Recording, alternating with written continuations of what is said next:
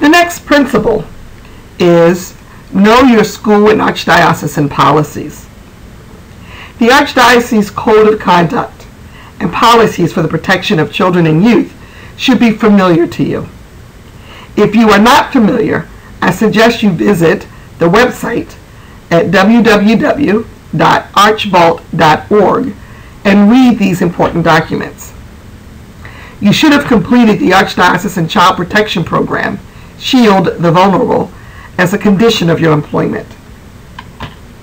But let's spend some time reviewing Section 3 of the Code of Conduct. This section is called Conduct with Minors. Most of this should be familiar to you, but I do want to point out a few that may not be as familiar. Number 3.9 regulates the use of electronic messages to young people. We live in a digital era. Most young people live in cyberspace and communicate via email or text. All of your electronic messages should be school-related and visible to parents or others.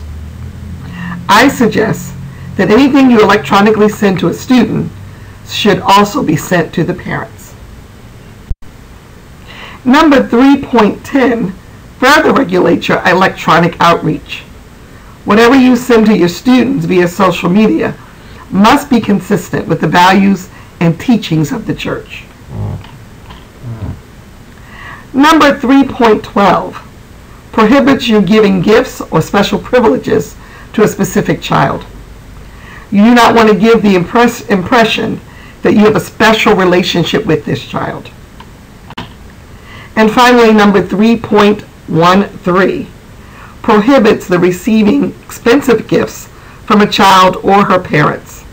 Again, this helps you avoid the misconception that you have a special relationship with the child or his family.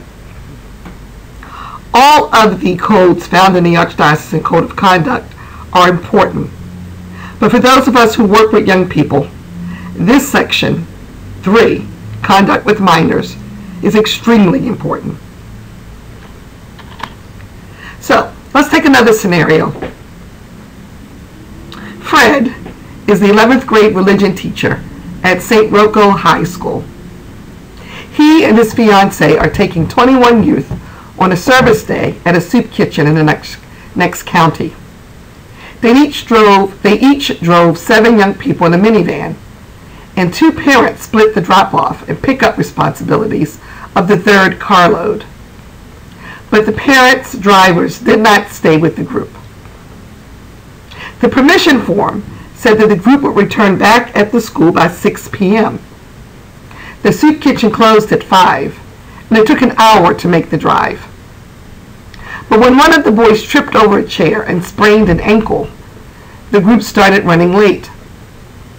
Fortunately, the soup kitchen was near a hospital, so Fred accompanied the boy to the emergency room for x-rays. Fred called the boy's parents. The dad was away on a business trip, and Mom was coaching at her 4th grader's soccer game. It would take her some time to get there. Fred called the parents who were going to pick up the 3rd carload to see if they could come early and help with supervision, but they couldn't get away. Fred tried to get a second parent to help with the pickup in case he got stuck at the emergency room, but he had no luck. The boy's mom got to the emergency room just after 8:30 p.m., and Fred went right back to the soup kitchen where the rest of the group was waiting for him. It still took until 9:15 to get off the parking lot and head for home. At 8 p.m., the parents back at the school started to worry and decided to call the principal on the school's emergency line. The principal was gracious, but she was sick in bed with the flu. Now granted, this scenario is a bit exaggerated, I hope. But there are several things in here that we need to look at. First of all, this was a recipe for disaster from the beginning. This situation was a recipe for disaster from the beginning. First of all, there was not adequate supervision for the number of young people participating. For a group this large, there should have been at least 4 chaperones present. Then add an emergency to the mix, and you have more trouble. Code 3.6 states adequate staffing should be available to manage emergency situations. Because there was not enough chaperones, 20 young people were left with 1 adult. They probably had to wait outside until the teacher returned, since the soup kitchen closed at 5 p.m.